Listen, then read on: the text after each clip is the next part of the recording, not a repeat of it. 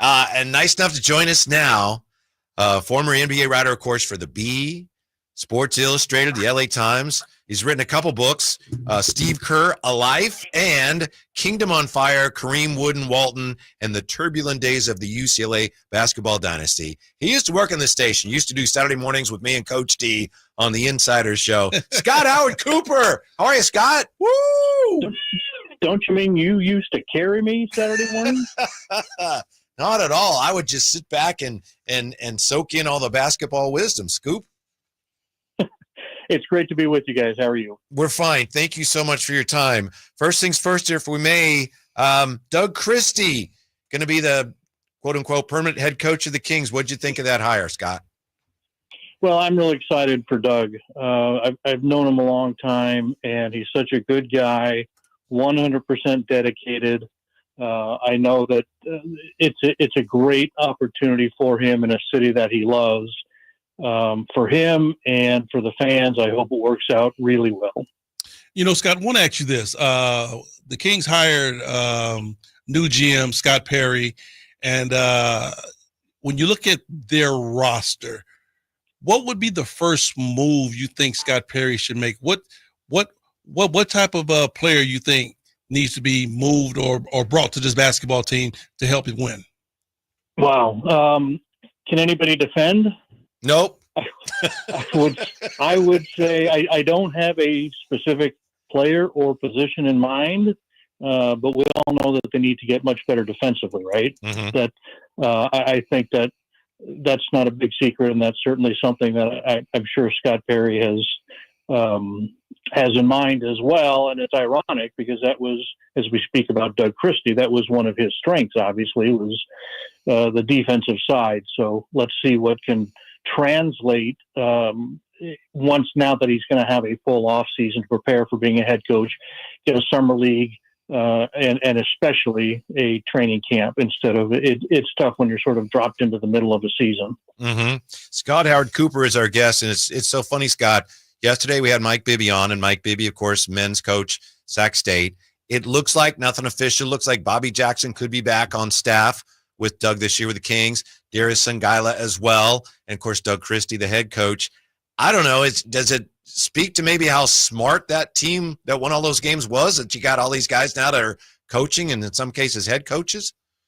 That's a great point. You know, I hadn't even thought of that. But certainly at that time, it was obvious that they had some not only talented players from a basketball standpoint, but as you say, guys who really knew the game. Certainly an emotional group, and that sometimes that really usually worked in their favor because those were the Kings teams that played with such energy and that great style of play of going fast. But it worked against them at other times because you have to be able to stand up in certain situations and not let the emotions get the best of you. Or is it the sentiment of the Sacramento Kings still trying to bring back that 2002, mojo? Feeling or the mojo of all of these guys were together, so all of these guys are going to help bring the glory days back to Sacramento? Yeah, it was great chemistry on that team, wasn't it? I would say I certainly hope not, because the reason that group had that mojo, had that energy, is because that's who they were. If you don't have the players that are that have that same personality, that don't fit together the same way, it's certainly nothing that can be forced. You have to develop your own identity. You have to have your own chemistry. I certainly hope Doug is not in that locker room saying, here's how Vlade and Chris did it. And, I remember this one time Peja said such and such to Hito. I think that's where you're going to get into trouble. And I think Doug realizes that. I hope he's not in there making a lot of references to the early 2000s, to those teams, because it was completely different. Rick Adelman is a much different person on the sidelines than Doug Christie. You got to be yourself. And that's true for a head coach. That's true for the players as well. Mm-hmm. Yeah. Now, of course, we got Coach Adelman's son coaching the Nuggets. How time flies. Scott Howard Cooper with us. Scoop, I know that you literally wrote the book, or at least a book, on Steve Kerr, A Life. What kind of job has he done this year, and how in the world, is there any way they find their way through this series with Steph Curry hobbled? Yeah, another good job by Steve Kerr. He's one of those guys I think doesn't get enough credit. People see a team like that, and obviously not just this year, but Steve's head coaching career in general, and they figure, well, geez, anybody could go out there and win with this group. Just roll the ball out, and you can pick anybody off the street, and they're going to win 55 games. But I think Steve deserves a lot more credit. I think that that's the case this year as well. And if they pull this off, obviously it depends how long Steph is going to be out. We'll need to wait and see. But is he going to miss a couple games, and is there going to be any series left at that point, or is he really out for the rest of the series? Are we looking at? They said they'll be evaluated in about a week. Does that hold, or do we get more into, well, it looks like more 2 weeks, and at that point there's no season left? So we need to wait and see. But I would say it's going to be awfully tough. If they do win this series, it's going to be one of the most impressive victories of the entire Steve Kerr era, because you're without the superstar, the guy who is your best player and also sets the tone emotionally for you. Now, Scott, I was guilty of saying this early on, and I want to see what you think about this. We talked about the antics of Draymond Green, of everything that he does out there on the floor, the demonstrative fouls and the extra fouls after fouls are called. I said it was one guy and one guy only that can stop that from Draymond, and I said it was Steve Kerr. I agree with you, but it's not going to happen. I think that Steve realizes that as well, that a lot of people have talked to Draymond, coaches, front office people, teammates, and look, Draymond is going to be Draymond, and his emotions are what has helped make him into a top player of his era. And it's also what's hurt him and hurt the Warriors. You get suspended in the NBA Finals, as he did. There's no question that's a setback. But at the same time, you have to be able to say that's the same thing that's helped us win championships. Steve has talked to him, and Steve's been frustrated by it.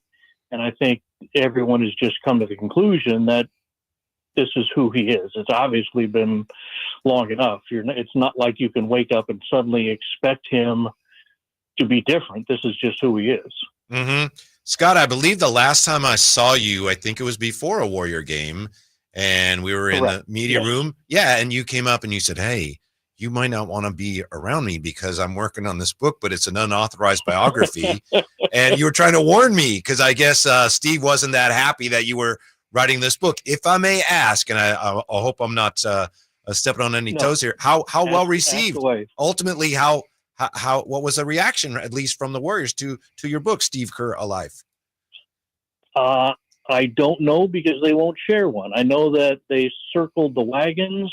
When we say unauthorized, I think it gives a bad sense. I wasn't crawling through his trash cans or anything like that. It's just, he actually had conversations with me, but just in group settings. He wouldn't have any he wouldn't give any one-on-one time. And he made it clear, it's not me.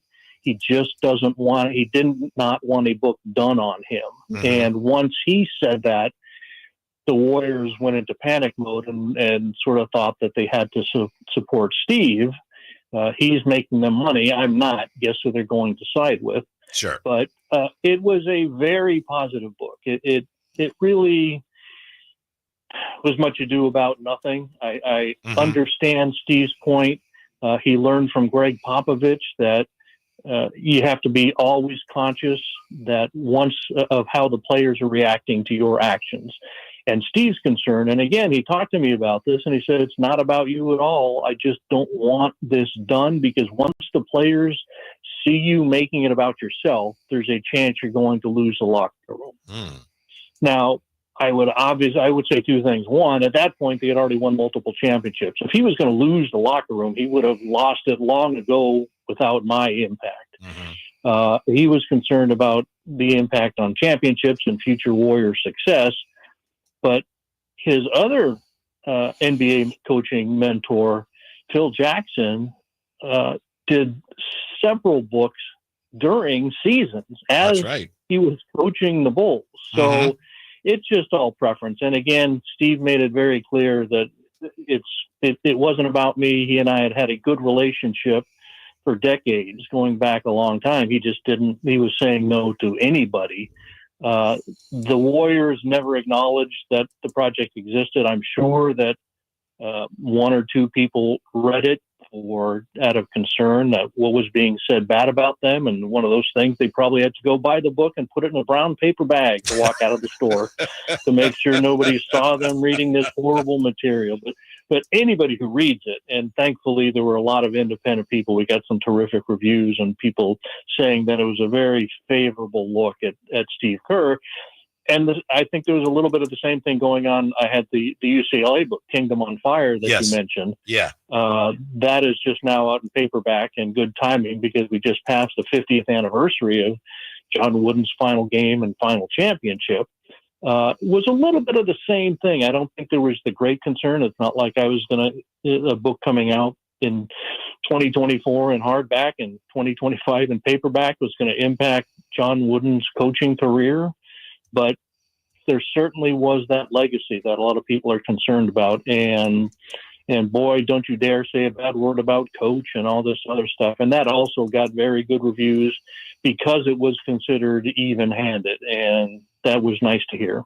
Yeah, we may be headed to the bookstore this weekend. And if so, I'm definitely looking for Kingdom on Fire, Kareem Wooden-Walton, and the Turbulent Days of the UCLA Basketball Dynasty in paperback. And next time, Scott, we got to ask you more about Bill Walton and how good he might have been if he hadn't gotten hurt. Unfortunately, we're out of time and you have better things to do.